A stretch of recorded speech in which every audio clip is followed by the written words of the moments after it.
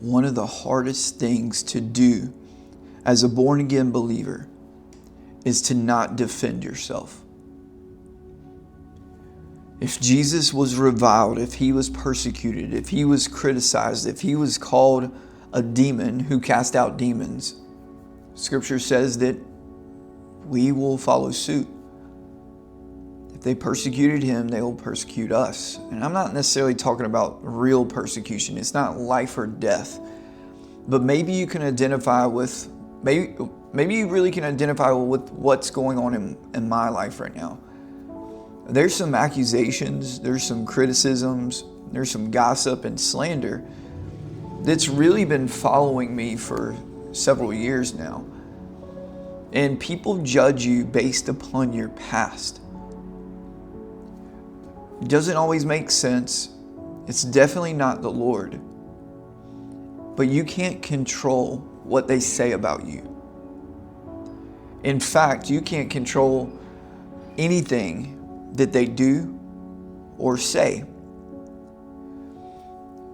In a lot of ways, some people believe that they hold your credibility in their hands, and that's simply just not true. Jesus sees you. He's with you. And it doesn't matter what others say or criticize you about if you know who you are. Maybe a couple years ago, I would not be able to stay anchored in his love because I didn't really know who I was back then, but now I do. I pray that there's a place that you can get with God, that when people revile you, when people criticize you, they slander you, that you are able to separate and be moved with compassion towards them. The term sticks and stones may break your bones, but words will never hurt you. That's a lie. It's just not true. Words are powerful. And a lot of times in Christian circles, witchcraft is prevalent. Word curses, criticisms, gossip, and slander are witchcraft. And these words, they can actually land on your soul if you give them a place to land. So how do you guard yourself? Well, Scripture says to guard your heart, not necessarily to self-protect by making your heart hard towards them, but simply this: you're able to separate what's you and what's not you, what's yours and what's not yours. And if you have nothing in your closet, you have nothing to be afraid of being exposed. When there's something hidden behind you, if there's something hidden that you don't want people to find out, those word curses, those criticisms can land and you can actually wear them.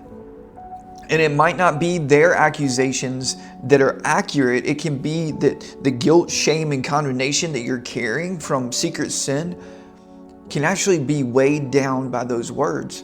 It's almost like those accusations can become attached to the guilt, shame, and condemnation that you're already experiencing, and it can weigh heavy on you. Look, we're to give no place to the devil. And that comes after he says, do not go to bed angry. We have to be quick to forgive, slow to anger. Life is too short to worry about what people think. And if there's something that's true, you deal with that with the Lord. But if it's not true, throw that thing away. Do not give anyone the time of day to even consider the words that they speak. A bird of the air will carry their voice. A lot of times I know what people are saying, even if they're nowhere close to me. Prophetically, I can hear the words that are being spoken. That's a good thing, and then it's also a bad thing. if your heart's not in the right place. But people don't know what they don't know. And if you just listen to what they say, many times they're guilty of the very thing that they say that others are doing. We can be the biggest critic of something that we ourselves are dabbling in. That's deception. I can't control what they say about me. You can't control what they say about you. But you can control how you respond. Love them, bless them. Do not curse. The religious spirit wants to control, manipulate, and dominate. It wants to put the spirit in a box, and when you don't look like, act like, or talk like they expect you to be, like they try to tear you down. And in a lot of ways, it's just affirmation that you're right where you need to be. So this word is for who is trying your best to do what the Lord has called you to do. And it seems like all along the way, your reputation, it's being shifted. It's being weighed. I'm a former drug-addicted pastor. I traveled the globe planning churches, managing a mission budget, while secretively stealing pain pills. I can't change that. I've received help for that. And my Father in heaven has forgiven me for that. But those who are looking at your past to define your future are looking to affirm what they already want to believe. So the things that you carry in your past that are done, sometimes they will be resurrected to help justify either hatred, bitterness, or just flat out deception. You are not your past. You are not those things that you've done in your past. And if people gather around your past to explain your present or your future, let them. You be consistent. You be who God's called you to be. And do not be moved by their words. Do not be moved by their perception. You only be moved by what you believe. And what you believe is so important right now. It's important that you believe the best about yourself, but just as much, it's important for you to believe the best about them. Who has God created them to originally be? Focus on that. Don't look at the behaviors. Don't look at the words. You be better than them. One thing that our body has never done, our church has never done, we have never gossiped or slandered anyone. We bless those who curse us. We give no place for bitterness, church hurt, anger, resentment. And it's hard to control a free person. And so if you don't look like them, you don't act like them, you don't talk like them, consider it a good thing. You go live your life. Keep pressing forward. Drop any weight that trips you up along the way. And keep running the race He's called you to run in spite of them. We're not bitter.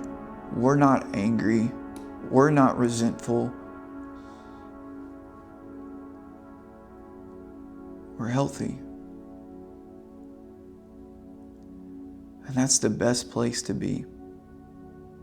Healthy.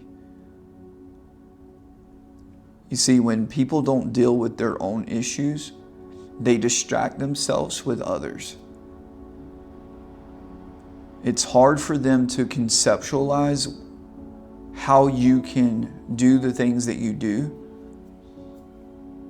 And they can't rationalize why people would run with you. It's because they just don't know. You can't really blame them.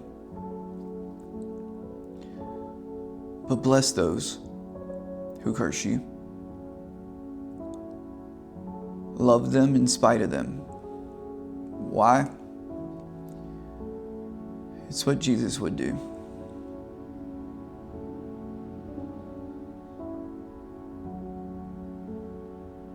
You'll find that along the way,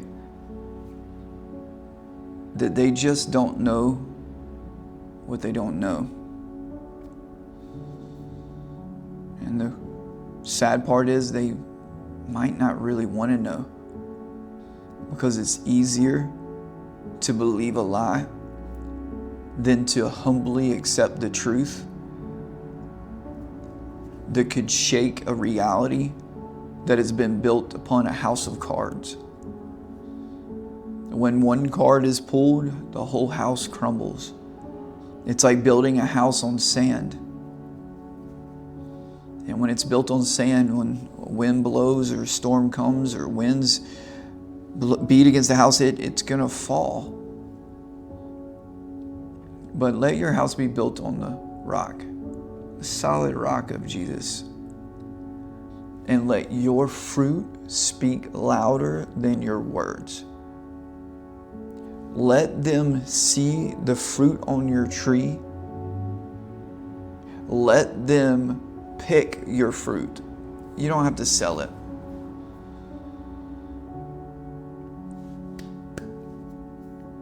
Keep doing you. Keep being who God's created you to be. Love you guys.